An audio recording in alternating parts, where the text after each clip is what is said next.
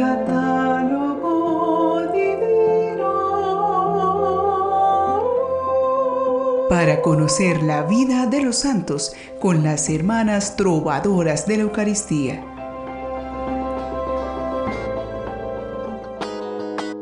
Un saludo fraterno para todos. Vamos poco a poco caminando juntos, construyendo la historia. Y cada día se convierte en la oportunidad de restaurar los corazones y la tierra que Dios nos ha dado para administrar. Por ello, dejemos que Dios nos llene de su espíritu para saber tomar las decisiones correctas y sobre todo para actuar con libertad y confianza. De esta manera vivían los santos. Así fueron llenándose de luz y optimismo. Hagamos lo mismo y encomendémonos a los santos que nos trae nuestro catálogo divino para este día, 19 de mayo, y que nos alcancen esas gracias. Algunos de ellos son: San Ivo, presbítero; San Pedro de Monrone o Celestino V, Papa; San Adolfo de Arras, obispo; San Crispín de Viterbo, religioso; San Dustán de Canterbury, obispo; San Teófilo de Corte, presbítero religioso; San Urbano I, Papa; Beata Humiliana de Florencia, viuda y terciaria franciscana; Santa María Bernarda Bühler, virgen; Beato Agustín Novelli, presbítero religioso; Beato Juan Bautista Javier Loir, presbítero y mártir; Beato Pedro Grind, presbítero y mártir; y Beato Juan de Santo Domingo Martínez, presbítero y mártir.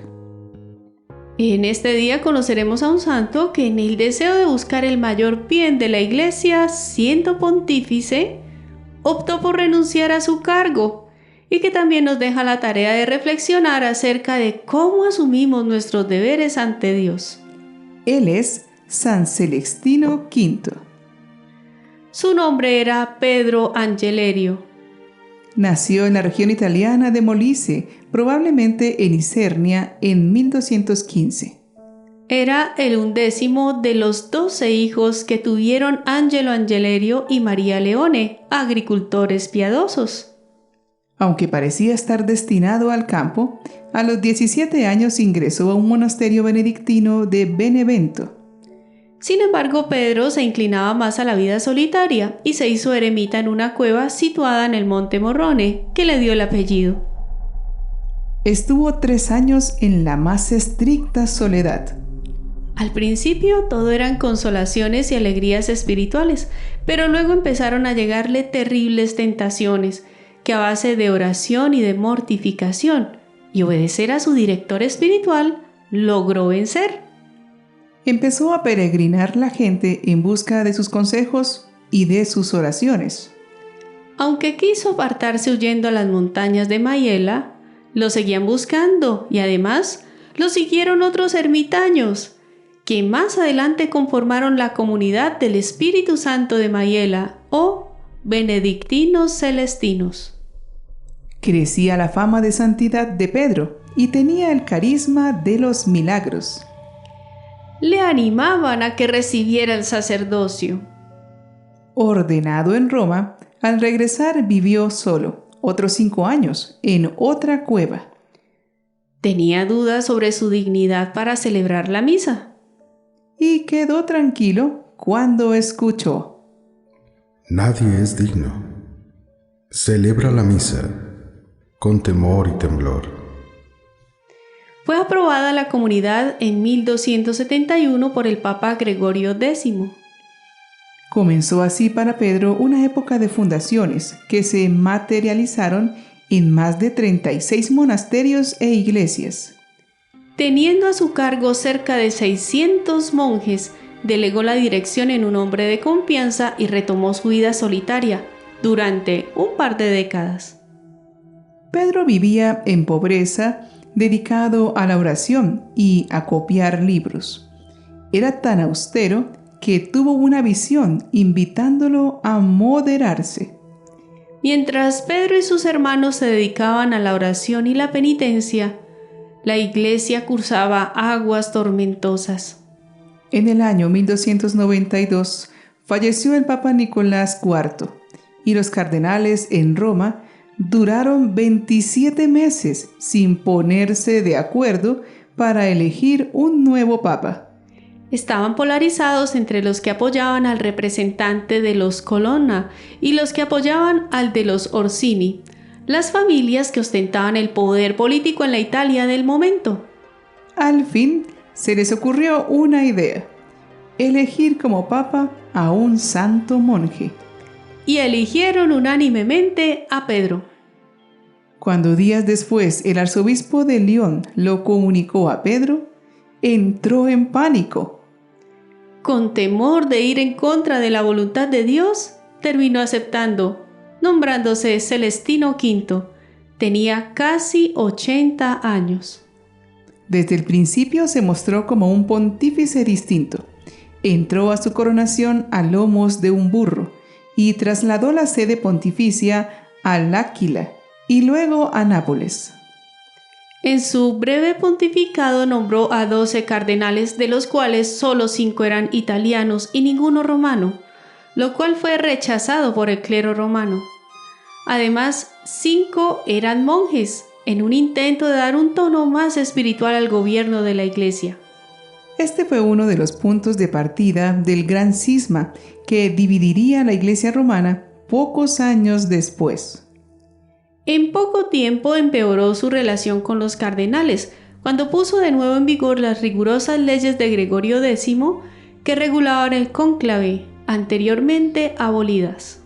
Rápidamente, el pontífice ganó enemigos en la curia romana por causa de sus reformas. Celestino V sobrepasó formalidades y repartió privilegios y beneficios con toda prodigalidad.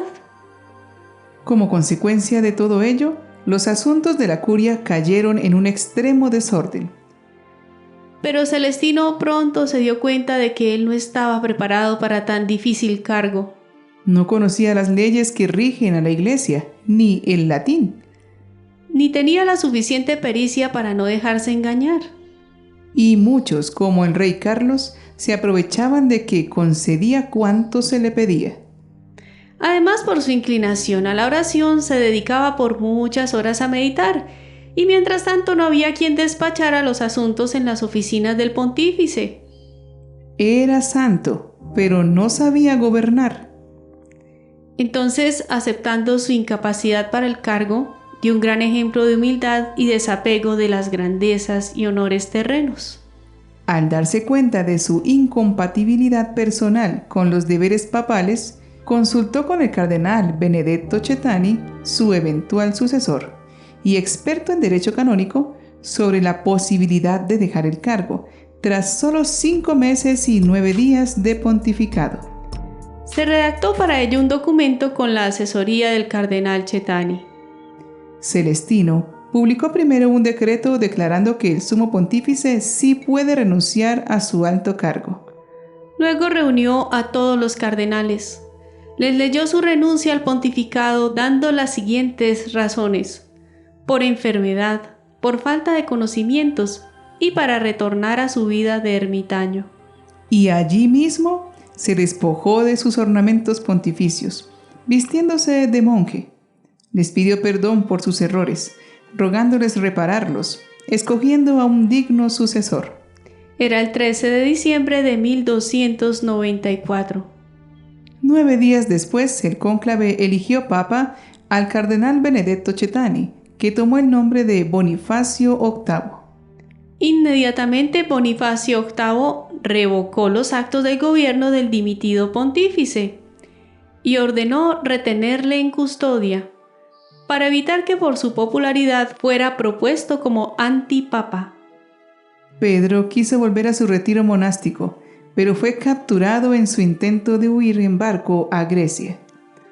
Por orden del Papa Bonifacio fue encarcelado en el castillo de Fumone en Lazio, asistido por 2 monjes, dedicándose al ayuno y la oración.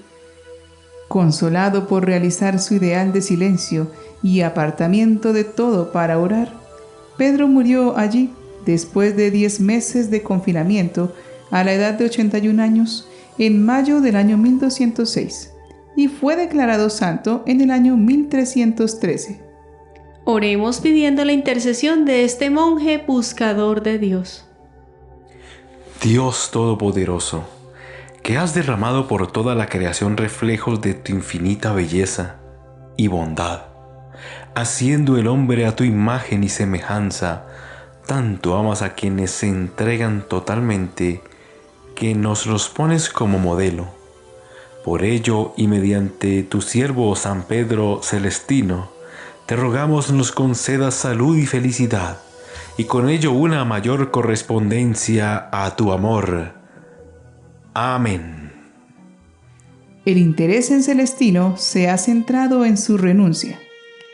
En realidad fue el primer papa en formalizar el proceso de renuncia, pero de hecho fue precedido en esto por el papa Ponciano en el año 235, Juan XVIII en el año 1009, Benedicto IX en el año 1045 y Gregorio VI en el año 1046.